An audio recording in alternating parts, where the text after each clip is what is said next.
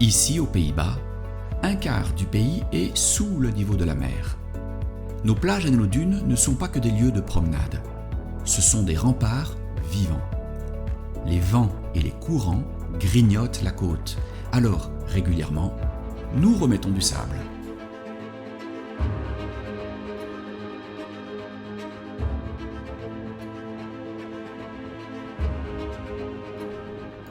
Au large, des navires ressemblant à des usines flottantes aspirent du sable et le déversent sur la côte par d'énormes conduites.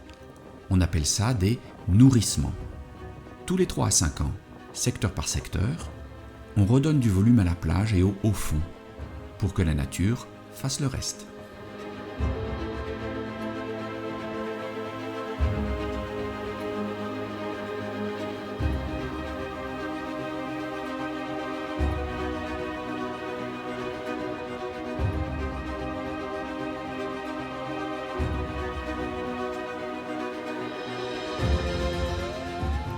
Ensuite, place aux machines jaunes.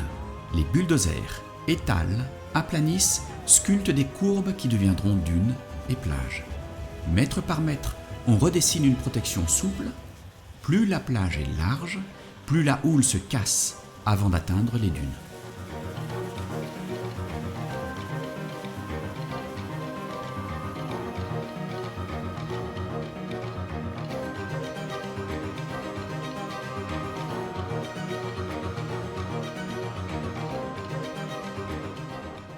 Le sable arrive en bouillonnant par d'énormes conduites, mêlées d'eau salée et de milliers de coquillages. Il y a de quoi picorer. Et forcément, cela attire du monde. Les mouettes. Elles accompagnent les engins comme des nuées blanches, des panaches d'oiseaux virevoltants et d'ailes blanches.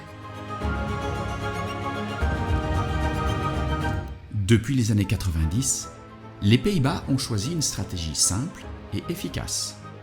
Conserver la ligne de base du littoral en ajoutant du sable. Sur les 20 dernières années, on tourne en moyenne autour de 12 millions de mètres cubes par an, soit des milliers de camions, sans les camions.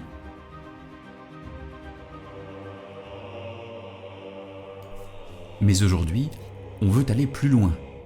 En 2011, près de La Haye, on a créé la Zandmotor, littéralement la machine à sable. Un gigantesque croissant de sable, une presqu'île artificielle, 22 millions de mètres cubes de sable déposés en une fois, puis abandonnés aux vagues et au vent. L'idée est de construire avec la nature et laisser les courants marins et l'érosion naturelle faire le travail.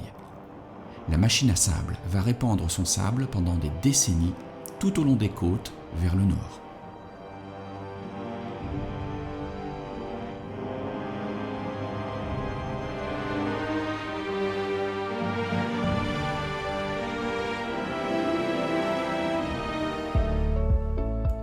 Le bénéfice est double. Côté sécurité, ces volumes amortissent l'énergie des tempêtes et nourrissent la dune. Côté quotidien, ils offrent des plages plus larges, des habitats qui se renouvellent et des espaces de loisirs.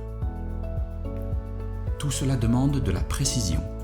Les équipes suivent la morphologie au millimètre près, choisissent les fenêtres météo et planifient pour que la faune et les usagers soient dérangés le moins possible. Face à la montée des eaux, la côte néerlandaise n'est pas figée, elle respire. On l'aide à grandir au rythme de la mer. Le résultat, c'est ce paysage que vous voyez. Une plage en mouvement, une dune vivante et un pays qui tient bon.